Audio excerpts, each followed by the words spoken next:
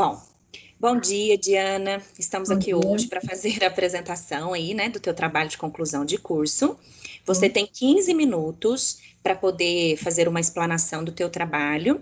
Depois nós vamos pedir para que você desligue o teu microfone e eu e a professora Keila, nós vamos fazer uma discussão e no final fazer a leitura da ata de defesa com a sua nota, Tá certo? bom. Na hora que você falar, estou pronta, eu já vou cronometrar o tempo aqui. Tá bom, tô pronto. Começar? Tá Pode. ótimo. Vamos lá. Então, bom dia, né, professoras? Dia. O título do meu trabalho é Capacitação Técnica dos Profissionais no Atendimento Extra e Intra-Hospitalar no Brasil, quanto aos procedimentos de ressuscitação cardiopulmonar, RCP. A orientadora foi a Ariadne Bassani, e a estruturação desse trabalho, dessa apresentação, vai ser em 5 partes. Eu vou fazer uma introdução breve, em seguida eu vou falar sobre a parada cardiorrespiratória, ressuscitação cardiopulmonar. Em seguida, eu vou falar um pouco sobre a análise que foi feita dos artigos e depois sobre o que foi verificado em relação ao tema, que é a capacitação dos profissionais. E, ao final, algumas considerações. Então, eu vou começar meu trabalho com esse trecho da Sociedade Brasileira de Cardiologia, que fala que a parada cardiorrespiratória permanece sendo um problema mundial de saúde pública. Podemos estimar algo ao redor de 2.000 PCRs ao ano no Brasil, sendo metade dos casos ocorrendo em ambiente hospitalar e a outra metade em ambientes como residências, shopping centers, aeroportos e estádios. Eu trouxe esse trecho para mostrar a importância desse tema e a justificativa desse trabalho. Então, a gente vê nessa ilustração que ocorre uma grande incidência de paradas cardiorrespiratórias no Brasil, que a frequência dessas paradas é de forma equivalente, tanto em ambientes hospitalares quanto em ambientes externos, e, consequentemente, a gente tem a importância de um atendimento pelos profissionais, tanto em ambientes hospitalares quanto por equipes de resgate, né, em ambientes extra-hospitalares, de onde surgiu a pergunta desse trabalho sobre a capacitação dos profissionais. Então, a pergunta norteadora do trabalho é como os estudos científicos avaliam, a nível nacional, a capacitação técnica dos profissionais envolvidos no atendimento extra e intra-hospitalar quanto aos procedimentos de RCP, ressuscitação cardiopulmonar. O objetivo principal foi compreender como os artigos analisados verificaram essa capacitação e os objetivos específicos: definir parada cardiorrespiratória, discorrer sobre a fisiologia da parada cardiorrespiratória, definir ressuscitação cardiopulmonar, citar alguns protocolos nacionais e internacionais de RCP e também coletar alguns dados que eu julguei importante para outras pesquisas. Então, foi uma coleta um pouco sistemática, vou explicar para frente. A metodologia foi uma revisão bibliográfica, onde foram utilizados 17 artigos científicos. Então, esses artigos científicos foram analisados em relação ao tema, de como eles avaliaram a capacitação dos profissionais. E, como eu disse, foi feita também uma coleta sistemática, não é uma revisão sistemática completa, mas a coleta foi um pouco sistemática, de dados que eu avaliei como importante para entender a conclusão dos artigos e que pode subsidiar outras pesquisas também. Então, foram utilizados artigos, livros e periódicos já publicados nos últimos 20 anos. As plataformas de consulta online foram o Google Acadêmico e Cielo, e também alguns sites com periódicos online de áreas da saúde. As palavras-chave foram parada cardiorrespiratória, PCR, ressuscitação cardiopulmonar, RCP, capacitação de enfermagem em PCR-RCP, atendimento pré-hospitalar em PCR-RCP e capacitação de bombeiros em PCR-RCP. Então, a primeira parte do trabalho, da primeira parte da revisão da literatura, foi essa questão da parada cardiorrespiratória, definir e trazer um pouco sobre a fisiologia. Então, o trabalho se baseou em 2 definições que eu trouxe aqui, que é do ACLS e da Sociedade Brasileira de Cardiologia. O ACLS é um livro de suporte avançado de vida em cardiologia, e a definição que ele traz de parada cardiorrespiratória é que é uma ausência de atividade mecânica cardíaca. E essa ausência de atividade pode ser confirmada por alguns sinais e sintomas, que pode ser a ausência de pulso, de responsividade e respiração do paciente. Então, é uma definição mais voltada para sinais e sintomas. Já a Sociedade Brasileira de Cardiologia traz uma definição da parada cardiorrespiratória voltada para a etiologia. Fala que é uma síndrome que pode ter diferentes etiologias, cardíacas ou não cardíacas. Então, dentre as etiologias cardíacas, teria doenças arteriais coronarianas, doenças valvulares, arritmias, infarto agudo do miocárdio. E entre as doenças não cardíacas, como exemplo, embolia pulmonar, AVC, uso de substâncias, de drogas, que seriam algumas possíveis causas da parada.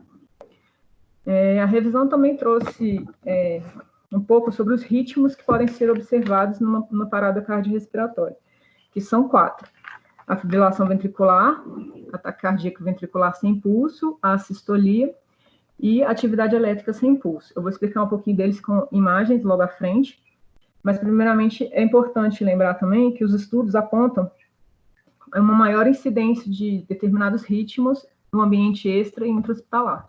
De acordo com os estudos, a assistolia e a atividade elétrica sem pulso ocorrem, na sua maior parte, no ambiente intra-hospitalar, porque elas são derivadas de uma deterioração clínica progressiva do paciente.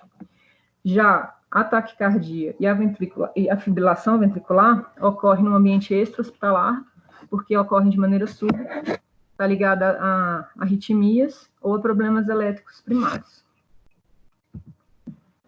Eu vou falar bem brevemente sobre os tipos de ritmo, com base nessas figuras que foram colocadas no trabalho.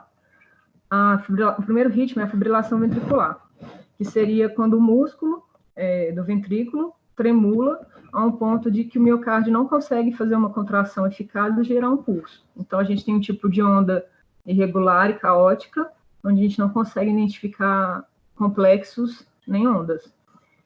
A figura 1 mostra uma fibrilação ventricular grossa, por conta da amplitude da onda ser maior que 3, e a de baixo fina por ser menor que 3.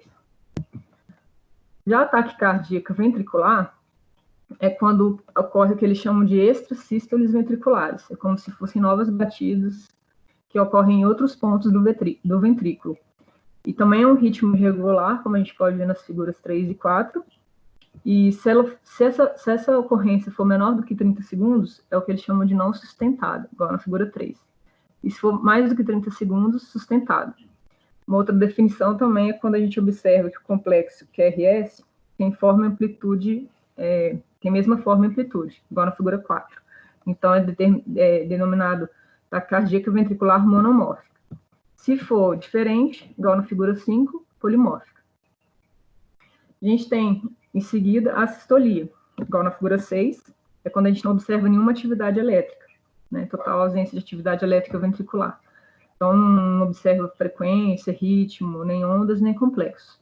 Pode acontecer, igual na figura 7, de se observar uma onda P de origem elétrica atrial, que é o que eles chamariam de assistolia de onda P. E, por fim, a gente tem a atividade elétrica sem pulso, que é quando é observada uma atividade elétrica, pode ter um ritmo sinusal, um taquicardíaco sinusal, mas clinicamente o paciente não responde, não tem pulso nem respira. Seria o quarto caso de parada cardiorrespiratória. Em seguida, a revisão da literatura trouxe um pouco sobre ressuscitação cardiopulmonar. E aí a fonte que eu utilizei foi a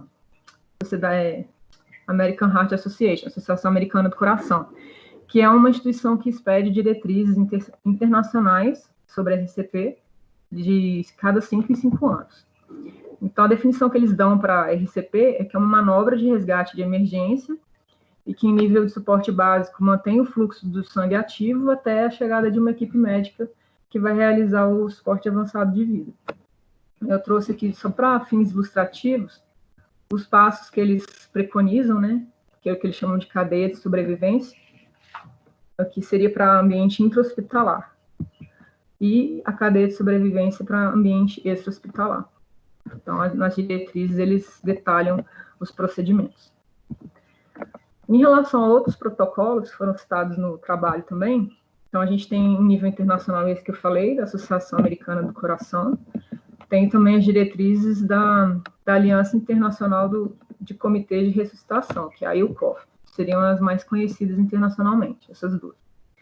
Em nível nacional, tem as diretrizes da Sociedade Brasileira de Cardiologia, que foi bastante utilizada nesse trabalho, e também os protocolos das instituições de resgate, né, que é o Serviço de Atendimento Móvel de Urgência, o SAMU, em nível nacional, em nível municipal, e em nível estadual, a gente tem o protocolo do Corpo de Bombeiros também, que atende resgates dentro do estado.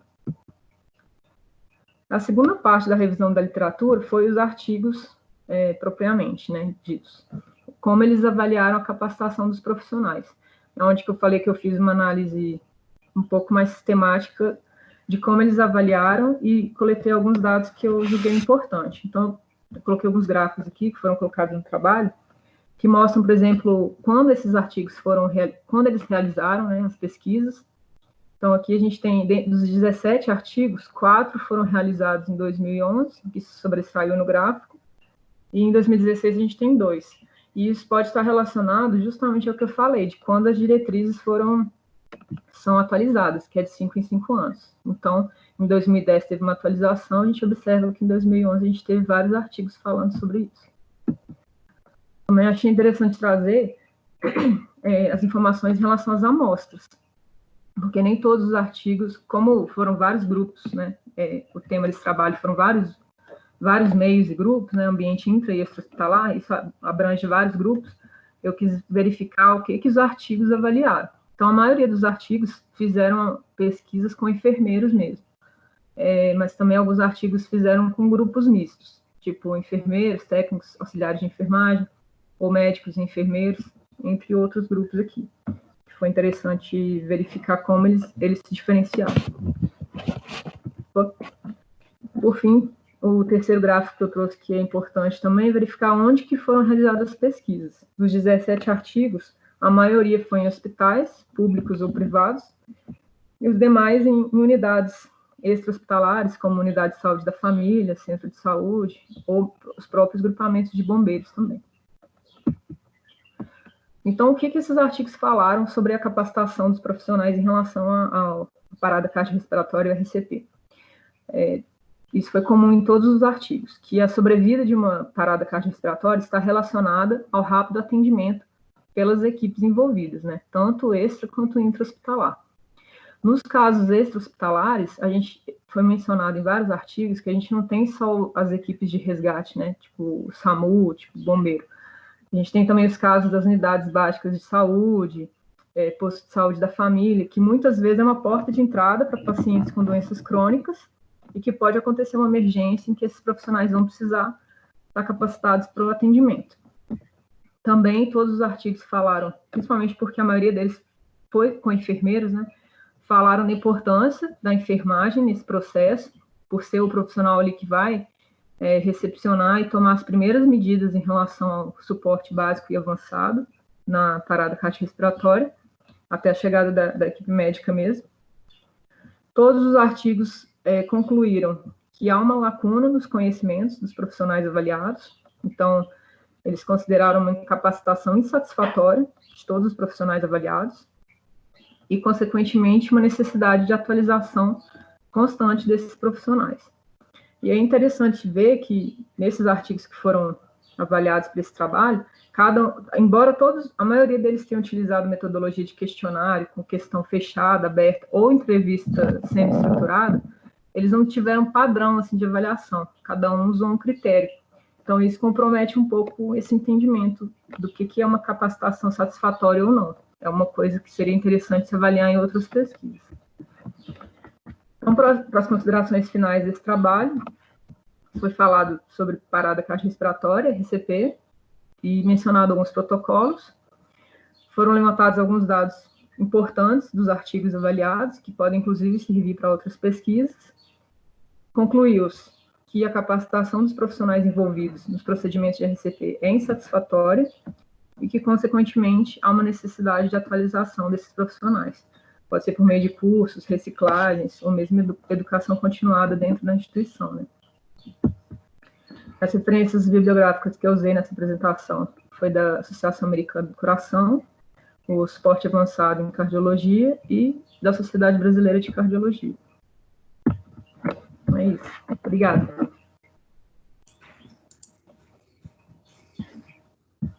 Muito bem, Diana. Parabéns pela apresentação. Vou tirar aqui o compartilhamento. Deixa eu ver que a Keila tá aí. Ah, tá aí. Eu vou fazer só uma consideração rápida aqui, depois eu já passo a palavra aí para Keila. Você fez uma revisão integrativa, né, Diana? Diana tá aí? Ah, tá. É que eu não tô te vendo. Eu achei muito interessante, né, muito bacana, apesar que a maioria, né, dos TCCs aqui são de revisão de literatura, mas isso mostra uma maturidade muito grande em você enquanto aluna, né, desse desafio de fazer uma revisão integrativa, pensando aí que uma revisão integrativa ela é um pouco mais trabalhosa, né, um pouco despende não só de tempo, mas também de conhecimento para poder realizar uma revisão integrativa. Isso aí dá até para a gente afunilar, Diane, até publicar, né? Depois a gente dá uma analisada, né, Keila, e fazer uma publicação, porque foi um trabalho, assim, muito bacana. E isso mostra realmente a tua apresentação, a forma que você fez, assim, dos slides, a conexão das ideias do começo ao fim, eu acho que deu para a gente ter um entendimento, né, de todo o conteúdo aí do seu trabalho. Quando a gente pega aí no seu objetivo, que você fala, né, dessa questão aí de conhecer a nível nacional, né, o conhecimento, é isso mesmo, né, o objetivo, conhecer a nível nacional, o conhecimento aí da equipe, você não pega, eu não lembro o título direitinho, se você quiser voltar aí no objetivo, em relação a esse conhecimento do PCR. Você não especifica, né, só a questão aí da enfermagem. Quando você traz os conceitos aí dessa capacitação insatisfatória, eu tinha até anotado, mas você ressaltou que alguns artigos não demonstram muito bem o que seria uma capacitação insatisfatória. Então, eu queria ouvir de você, enquanto aluna, se realmente você conseguiu enxergar o teu objetivo no seu trabalho, tá? Se você enxergou, alcançou o seu objetivo na busca dessa revisão aí integrativa, se ele foi alcançado e como você, enquanto aluna, faria de uma forma uma capacitação diferente? Ou, no teu ponto de vista, o que seria essa capacitação insatisfatória? Será que é na graduação? Será que exigiria não cursos de capacitação, mas alguma coisa voltada mais específica para todos? Ou somente porque a maioria dos teus artigos foi a nível hospitalar? Então, você acha que deveria ser um pré-requisito dentro de uma instituição hospitalar, visto que a maioria dos seus artigos foi em âmbito hospitalar e com capacitação insatisfatória? Então, de tudo que você leu, como que você faria uma estratégia diferente, alcançando esse objetivo, tá? E como que você faria essa capacitação se tornar, então, de forma satisfatória? Quando eu fui fazendo o trabalho, eu verifiquei essa dificuldade, né, que por ser em nível nacional, eu queria mostrar a diferença, se houvesse uma diferença entre ambiente intra e extra-hospitalar, eu verifiquei essa dificuldade, que das amostras, né, cada grupo adotou uma amostra, um grupo para fazer pesquisa, um local e um método. Então, ficou assim, bem abrangente. Eu acho que eu quis mostrar nos gráficos justamente por isso. Eu acredito que deveria ter pesquisas voltadas ou para o mesmo grupo, em ambientes diferentes, ou comparando os dois ambientes, intra e extra-hospitalar, ou comparando também, usando o mesmo parâmetro, só que eu acredito que os estudos deveriam utilizar uma ferramenta, que seja um protocolo para todo mundo, né, igual esse da Associação Americana do Coração, pegar um protocolo e aplicar em todo mundo, a mesma ferramenta, porque senão você também não consegue essa comparação, né? Igual eu falei, teve lugar que fez entrevista, teve lugar que fez questionário. E também não observei, acho que teve só um estudo, que foi mais experimental, que fez de forma prática. Então, na verdade, ainda tem isso. Foram estudos que verificaram só a nível teórico, que já foi insatisfatório. Então, se for ver em nível prático, deveria ter outro tipo de pesquisa e outro tipo de abordagem, né?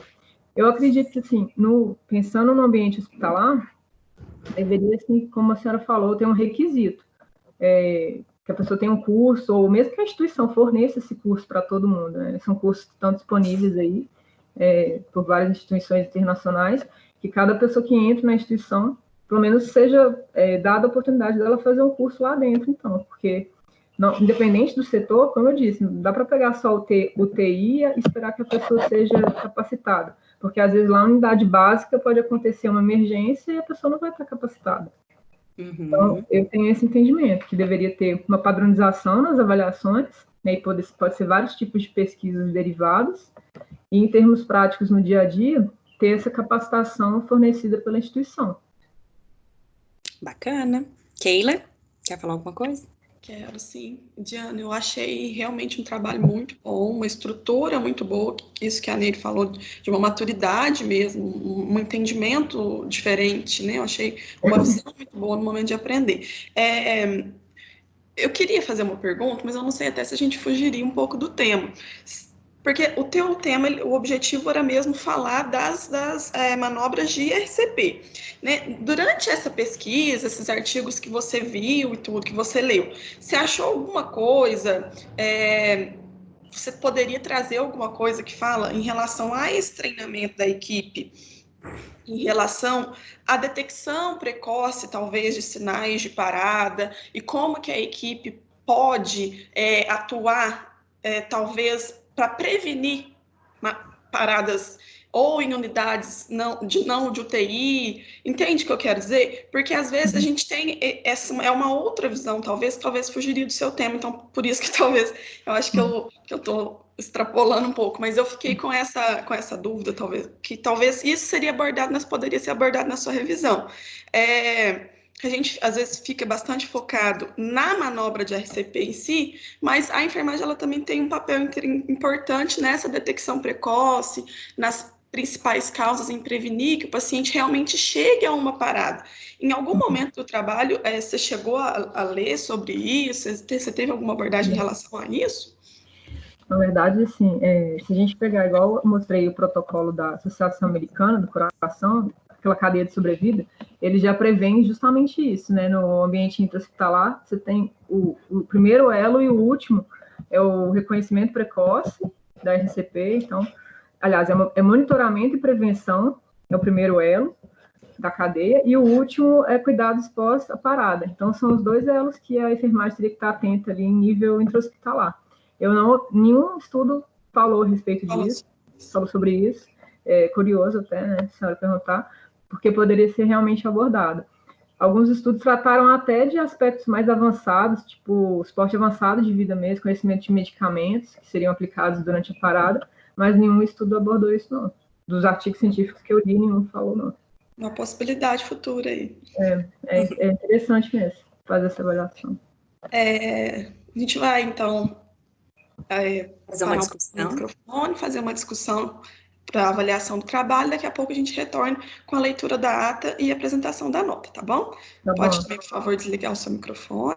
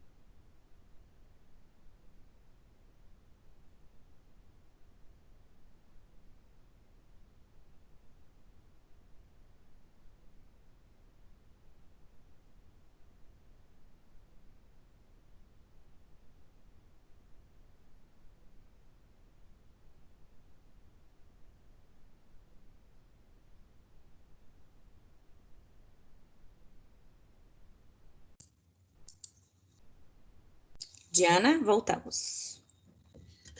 Oi. A Keila vai entrar aí, ela vai fazer a leitura da ata de defesa e a sua pontuação, certo? Tá. Pode começar, Keila. Finalizando, então, Diana, a sua apresentação. Só um minutinho, estou só colocando os horários aqui. Ata de defesa pública de trabalho de conclusão de curso, aos 16 dias de junho de 2020, na apresentação online via plataforma Teams, na Faculdade Pitágoras de Poços de Caldas, reuniram os professores da banca examinadora, que estão abaixo relacionados, para a defesa oral do trabalho de conclusão de curso intitulado Capacitação Técnica dos Profissionais Envolvidos no Atendimento Extra e Hospitalar no Brasil quanto aos procedimentos de ressuscitação cardiopulmonar, RCP, sob a responsabilidade da discente Diana Vanderlei Souza, apresentado das 9 às 9h30, com o conceito final, e nós avaliamos seu trabalho em 4.000 pontos, que é a nota máxima. Obrigada. Poços de Caldas, 16 de junho. Obrigada. Parabéns. Parabéns, Diana. Obrigada. Olha, foi um excelente trabalho, tá? Eu gostei muito, até conversei aqui com a Keila, eu acho que é desafiador para um aluno fazer uma revisão integrativa. E por mais que não seria a regra, né? Teve toda aquela questão aí do tutor, mas eu acho que você foi fora desse padrão, teve esse desafio e ficou um trabalho, assim, muito bacana. E, assim, Diana, eu queria só fazer um apontamento, mas, assim, bem pessoal, pessoal não, mas, assim, enquanto professora mesmo, da forma que eu te vejo. Eu acho que você trouxe uma problemática e perguntas que talvez merecem até resposta através de um mestrado, através de uma residência, né, que você pudesse fazer, mas, assim, ser uma aluna com potencial para isso. A gente consegue ver pela tua apresentação, a forma com que você fala, a sua conduta, a tua postura, a sua ética. Então, é algo a se pensar. Eu sei que hoje você trabalha, né, aí no Corpo de Bombeiro, então você tem toda essa questão aí dessa pegada na prática, e eu acho que você trouxe questionamentos que realmente a gente precisa colocar as claras, a enfermagem precisa falar. Então, capacitação é uma forma diferente. Então, você trouxe, igual você falou assim, Neirana, os artigos, cada um tinha uma padronização. Então, precisa de estudos com uma padronização. Isso é um mestrado. Então, já estou deixando a dica aqui que você é uma aluna potencial para isso. Vai pensando. Vai, né? Já estou querendo engatilhar já no mestrado, de urgência. Vai trabalhando essa ideia na tua cabeça, porque, assim, eu acho que você é uma aluna candidata para entrar na área acadêmica com esse tipo de questionamento. Então, assim, fica aqui a minha dica e o meu sucesso que eu desejo aí para você, que você tenha muito sucesso em qualquer área que você for trabalhar, porque você tem essa propriedade, você tem esse potencial, acredito em você e vai firme. Obrigada. O mestrado já estou querendo, só falta formar nele com esse estágio aí, ó. Já, se Deus quiser. Deus quiser. Tá bom, mas obrigada parabéns, pelas viu? palavras aí. Obrigada. Parabéns, qualquer coisa aí, qualquer ajuda que se precisar, nós estamos à disposição, não só para agora, para concluir, como para o futuro aí, pensar em publicações, para ajudar nessa busca aí desse mestrado, a gente está aí também à disposição para te ajudar, tá bom? Legal, obrigada, gente. Bom dia para vocês. Bom dia, tchau. Agora é a Fernanda Moraes.